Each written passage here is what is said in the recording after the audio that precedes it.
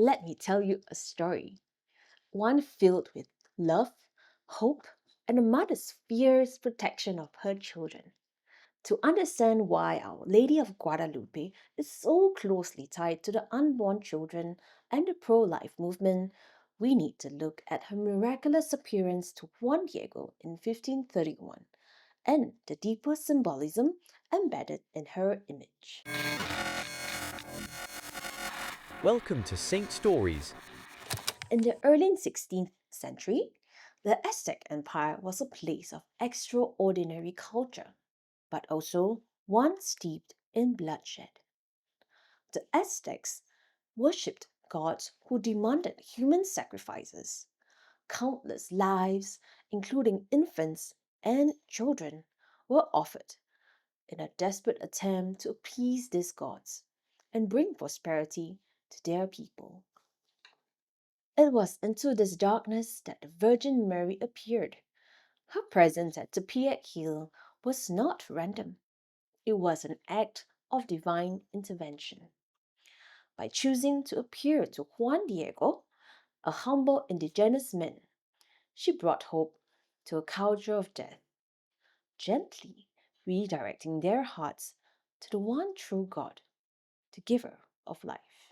When Our Lady imprinted her image on Juan Diego's tilma, she communicated profound truths about the sanctity of life without uttering a single word. Her very appearance is a testament to God's love for the smallest and most vulnerable, especially the unborn. The black maternity band. In the Aztec culture, a black ribbon tied around the woman's waist signified that she was pregnant. In her image, Our Lady is shown wearing such a band, a clear symbol that she is carrying new life within her, the Christ child.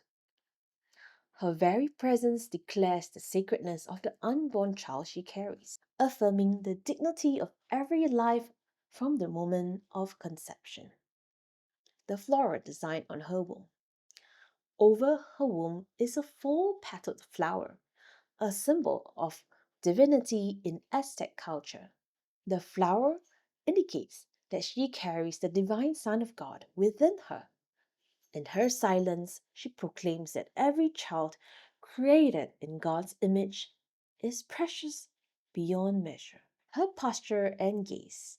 She looks down with humility, hands clasped in prayer, showing that she is not God, but leads us to Him. Her gentle expression reminds us of mother's tender care, and her bowed head conveys respect for God's creation, including the tiniest, most fragile lives.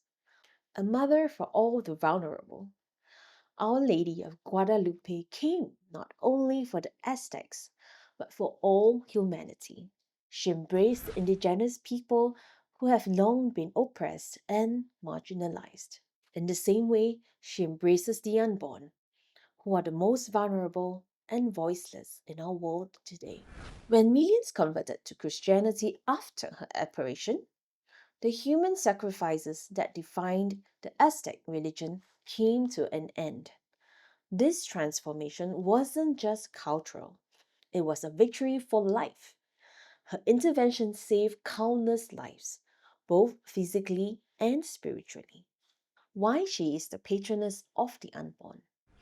The pro life movement has adopted Our Lady of Guadalupe as its patroness because her message speaks directly to the heart of its mission.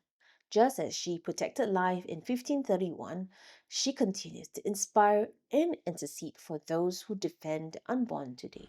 Her motherhood is universal. She stands as a protector for all her children, reminding us of the sanctity of life at every stage, from the moment of conception to natural death. She calls us to reject the culture of death, as St. John Paul II put it, to choose life, even when it's difficult or inconvenient. The roses in winter are a sign of hope. Think about the miracle of the roses that Juan Diego carried in his tilma. These were Castilian roses, not native to Mexico, blooming in the dead of winter. They were impossible, and yet they were very real. This miracle mirrors the seemingly impossible task of ending abortion and fostering a culture of life in today's world. Yet, Our Lady's intercession shows us that with God, all things are possible. Just as Roses convinced Bishop of her presence, her ongoing miracles continue to inspire people to trust in God's plan for life. Her role in the pro life movement today. Pro life advocates often turn to Our Lady of Guadalupe for strength and guidance. Her image is carried at marches, displayed in pregnancy resource centers, and invoked in prayers for the unborn. Her maternal care reminds us that no life is too small or too insignificant for God's love. Her feast day, December 12th, is a celebration of life and a call to defend it.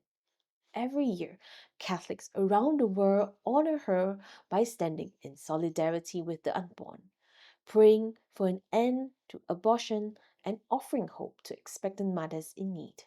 Our Lady of Guadalupe doesn't just call us to admire her, she calls us to act. Like Juan Diego, we may feel unworthy or ill equipped to take on such a monumental task. But she reminds us that God works through the humble and the small. Her message is clear: life is sacred, and we are all called to protect it. Am I not here who am your mother? This question, spoken by Our Lady to Juan Diego, resonates deeply within all of us. She is the mother of the unborn, the mother of the oppressed, and the mother of every person fighting to uphold the dignity of life. So, my dear friends, as we reflect on her story, let us be inspired to follow her example, to choose life, to stand for the vulnerable, and to trust in God who works miracles through roses in winter. Thank you so much for listening to our story. See you in the next one. Bye bye.